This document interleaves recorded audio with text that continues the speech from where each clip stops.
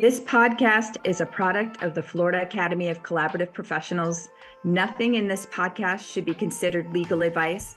To find a collaborative professional near you, visit www.collaborativepracticeflorida.com. I'm Catherine Eaton, a collaborative family law attorney and a member of the Florida Academy of Collaborative Professionals. Today's guest is Evan Marks. Evan Marks is a board-certified family law attorney. He practices with his wife downtown Miami. The name of their firm is Marks and West. He is the past president of the CFLI, that's his practice group in Miami. He's the past president of the family law section, and he is a proud father of 4 and a grandpa to 1. And he has lived through divorce, lived to tell about it, and lived to help others. And so we're lucky today to have him as our guest. Welcome. Thank you, Catherine. How are you today? I am great. And I really appreciate you agreeing to be on the podcast. As you know, we want to inform people who may be getting a divorce about the collaborative process. So let me just start with you in that. How did you first learn about the collaborative process and then decided that you wanted to implement that as a family law attorney? Well, that's a great question. And I'm so glad we're starting with this. So approximately 20 years ago, I was the chair of the family law section of the Florida Bar. And I got a call from then Chief Justice of the Florida Supreme Court, Barbara Pariente. And Justice Pariente said, Mr. Marks, and I said, oh my gosh, I don't know this person. I mean, I know she's the Chief Justice of the Florida Supreme Court, but I don't know her, and she's calling me up. I said, yes, Justice Pariente, that's me. She said, I'd like to meet with you. I'd like to have lunch. Can you come to Tallahassee? I said, yeah. And I got on a plane. I went to Tallahassee and we had lunch. And she said to me, you're the chairman of the family law section of the Florida Bar. I wonder what you know about collaborative law. And I was blown away. Here I am, board certified Maryland family law, practicing this is my specialty. And I really didn't know anything about collaborative law. And I said to her, well, Justice, I'm sorry, but you have me at a disadvantage. I don't know anything about collaborative law. And she said, well, you should. It's coming. And I then said, okay. And she said, I think you should investigate it. I think that the family law section of the Florida Bar should take a look at this. And so I thanked her. I had a nice lunch. I went back to Miami and I did what every good leader does. I appointed a committee. And at that time, I appointed Rosemary Roth and Iris Sachs, I think her name. No, I'm sorry, Iris Bass was her name. She's going to kill me for not knowing her last name. But I appointed them as co-chairs of an investigative committee on collaborative law. I knew that Rosemary and Iris were doing collaborative law, but I didn't really know what it was. And I, of course, then went and started to educate myself on what it was, so I would know myself. But old habits die hard, and I was a trial lawyer. I am a trial lawyer, a litigator. I have the hardest, most difficult, complex cases in family law, cases that need to be tried. And so why would I need to know about collaborative law? Well, boy, was I surprised when I found out. I found out that collaborative law is a great tool to have in your toolbox, because not every case has to be down in the mud and dragged through court. There are alternatives, and there are good alternatives.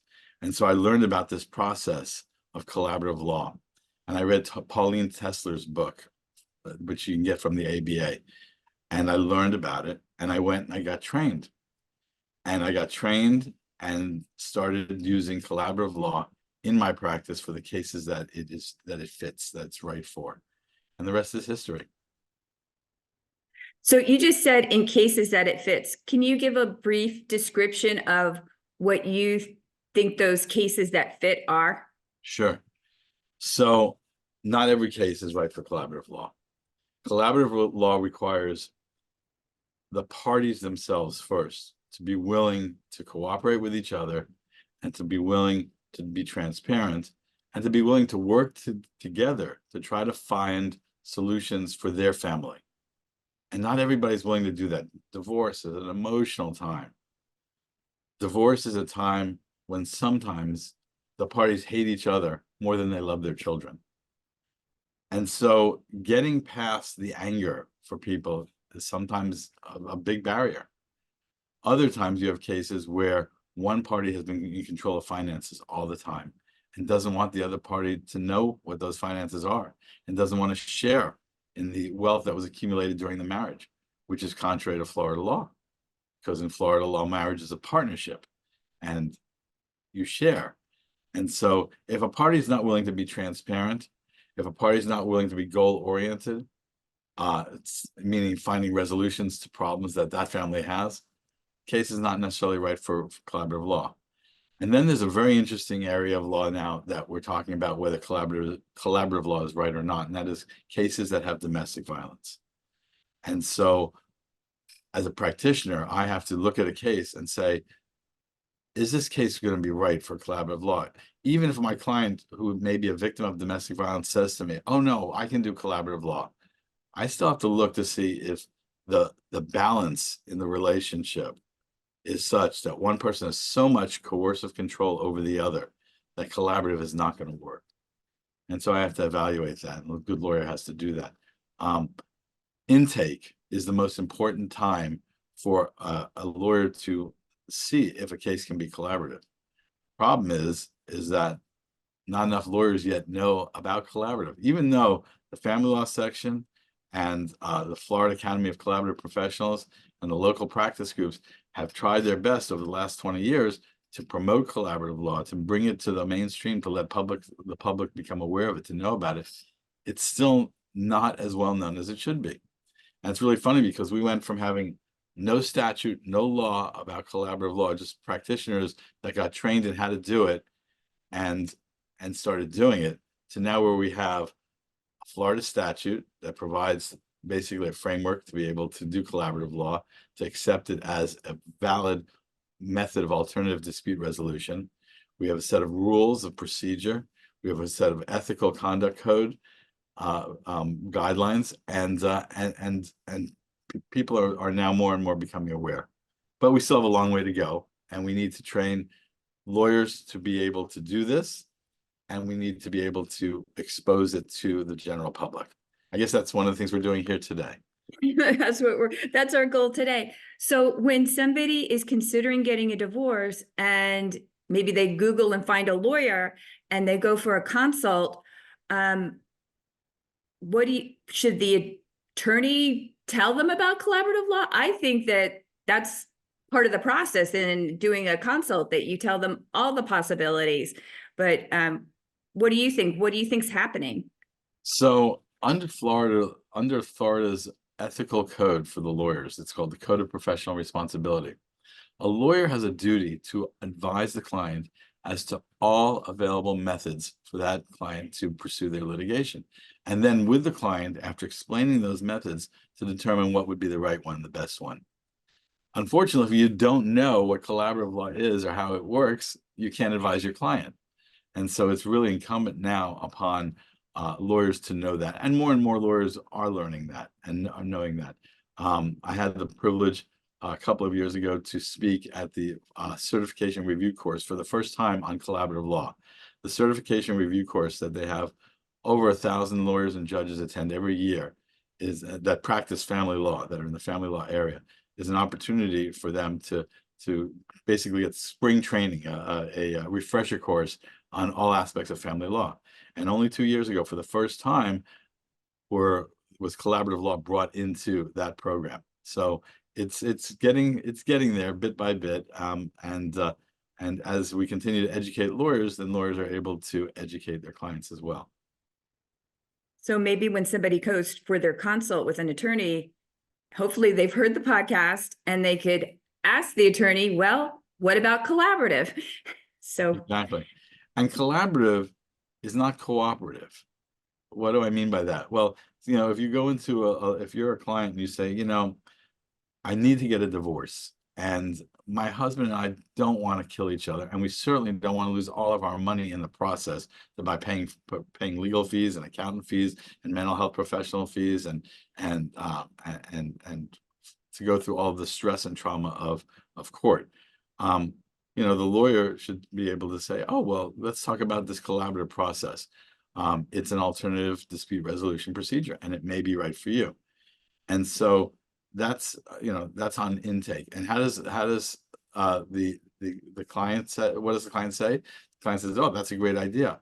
And then that's one scenario. But another scenario might be that the client says, I'd like to do collaborative law. I've heard about it. And the lawyer who doesn't really know about collaborative law or hasn't been collaboratively trained may say, oh, well, I'm very cooperative with my opposing counsel, and we can get along and cooperate to try to get you an easy divorce. Well, cooperative law is not collaborative law. Lawyers are supposed to cooperate with their opposing counsel to try to make every divorce move more smoothly. And that means that you follow the rules, that when your discovery deadlines are due, you meet your deadlines. You try to expedite your litigation. You try to coordinate depositions with them. And collaborative law is a whole different thing. There's no coordinating depositions because there are no depositions. There's no meeting discovery deadlines because there are no discovery deadlines. What happens in a collaborative process is everybody works together as a team. You have, each party has their own lawyer to give them counsel and guidance. There's a mental health professional, not to give therapy, but to help guide the process along, to help keep it on track. There's a neutral forensic person, usually a CPA, but not always, a forensic accountant that gets the information from the parties as to the parties' finances, and then helps the parties by creating schedules and tables to show what a fair equitable distribution would be, what a fair alimony award would be, what fair child support would be. And all of these people work together as a team, not to say, oh, I'm going to get this and you're going to lose this, because there's no winners and losers. We're all trying to find win-win solutions where all parties' needs are addressed. The type of negotiation that's used in the collaborative process is interest-based negotiation. What are the interests of the parties, and can we find solutions? And the most important part of the collaborative process, and the biggest selling point, I think, is that clients that come into a law office to say, I want a divorce, are immediately doing this. They're covering their eyes and they are jumping off a cliff. And they're hoping that there's a safety net underneath and that they will land safely. But they are giving control of their lives, their family's problems, and their futures. They're giving that control to people they barely met, their lawyers, and people they've never met, a judge, a person who has 600 cases pending, just like theirs or not like theirs at all, and will be making decisions about their lives without knowing them or their families. And in the collaborative process, we don't have the blindfold. The clients drive the process. The lawyers are there to help and advise and to work together to try to find solutions that meet problems, but the clients, they bring the issues to the table. They have a safe place to communicate in our team meetings. And that's how the process proceeds. It has a series of team meetings where the clients and the lawyers and the mental health professional and the neutral are together. There's an agenda for the meeting as to what's going to be heard. They're going to address issues. And usually in 4 to 6 meetings, there's a settlement. It's amazing because when it works like that, streamlined is much faster than litigation, much less stressful and less costly. So, I mean, win, win, win all along the line. If somebody's listening to this podcast and they are interested in the collaborative process, and maybe they even already retained a collaboratively trained attorney, do you have any suggestions on what they could say to their soon-to-be ex-spouse to talk them into the collaborative process or explain the collaborative process, or any suggestions? Sure. So let's take them one at a time. Let's take the client that knows about the collaborative process going in or has heard about it from a friend or a relative or somebody who's been through it, or maybe even the lawyer knew about it and has advised about it. So when I discuss the collaborative process, I explain to the client that now the internet, a wonderful thing. Sometimes yes, sometimes no. But in this instance, a wonderful thing because there's a lot of resources on the internet that you can go to find out about collaborative law, and also then to be able to show your spouse. Because, you know, there's a natural tendency for distrust when people are going through a divorce. This person that you've loved and you've trusted all your life maybe has betrayed you in some way. Maybe you're just not getting along with anymore. You've drifted apart. In any event, the level of trust that you once had is not there. And so when you're bringing that person information, that person may resist that information because just a lack of trust, a breakdown in the marital relationship on all areas. But if you can say, look, this is not something that I'm trying to trick you into. I want you to go on a website and take a look and educate yourself how we can make this a better, kinder, and gentler divorce, not just for our sake, but for the sake of our children as well. And to do that, I refer them to my local practice group is collaborativefamlaw.com. It's the Florida Academy. It's the Collaborative Family Law Institute, which is my practice group in South Florida. But there are practice groups all over the state. And the Florida Academy of Collaborative Professionals, on our website, we have also resources for clients, potential clients and clients to look at, to see what collaborative law is about, where are collaborative practice groups in my area, and you know, one thing will lead to another. The situation where you already have a lawyer or you're already in litigation, the other side is already filed.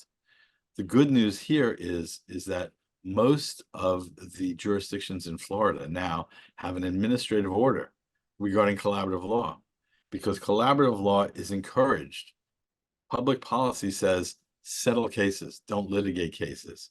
Public policy says alternative dispute resolution procedures should be embraced. That's why every case requires you to go to mediation before you go to trial. But collaborative law is like mediation on steroids, and it's different from mediation. I'll talk about that in a minute. But for the lawyer that has already filed the case, you can still ask the court to abate that litigation, put a stop on it, and to send the parties to the collaborative process to try to resolve their cases. Catherine, do you know that more than 85% of cases that go to collaborative law settle?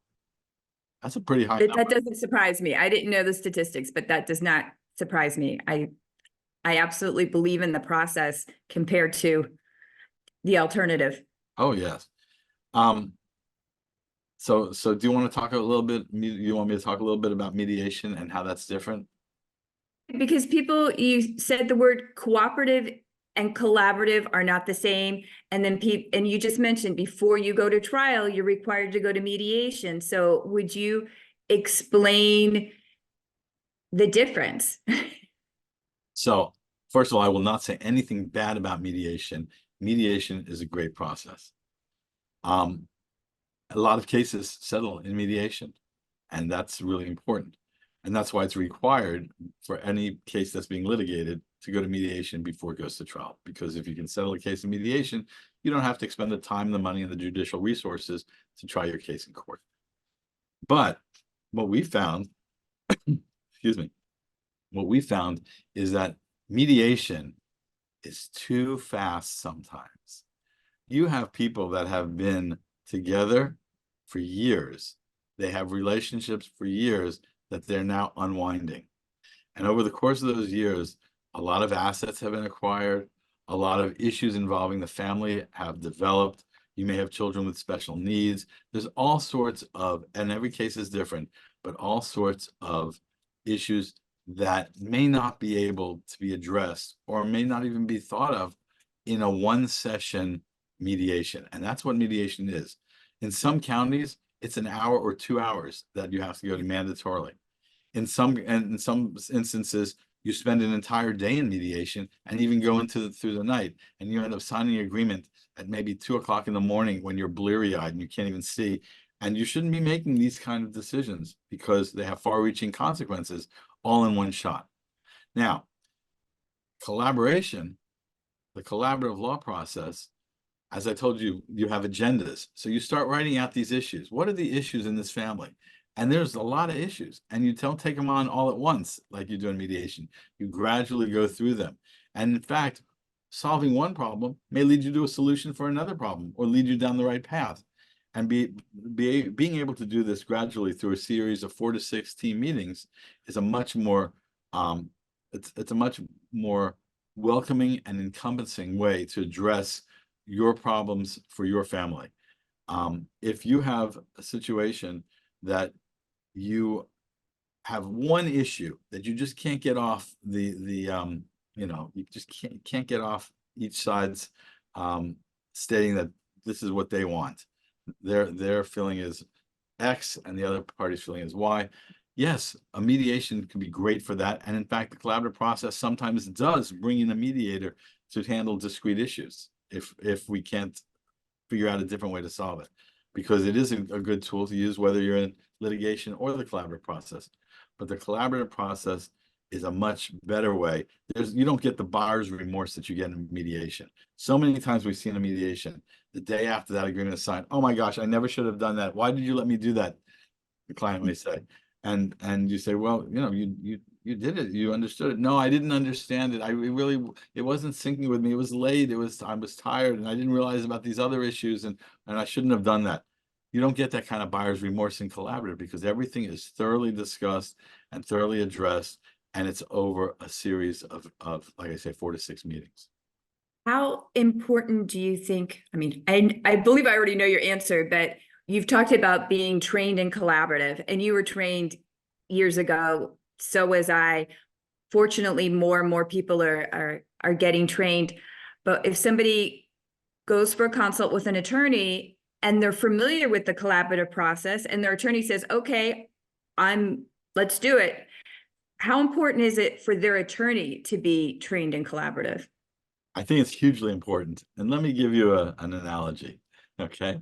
Let's say that you're feeling discomfort in your stomach area and you go to your doctor, your general doctor, and your doctor says, well, looks to me like it's an appendix. Okay.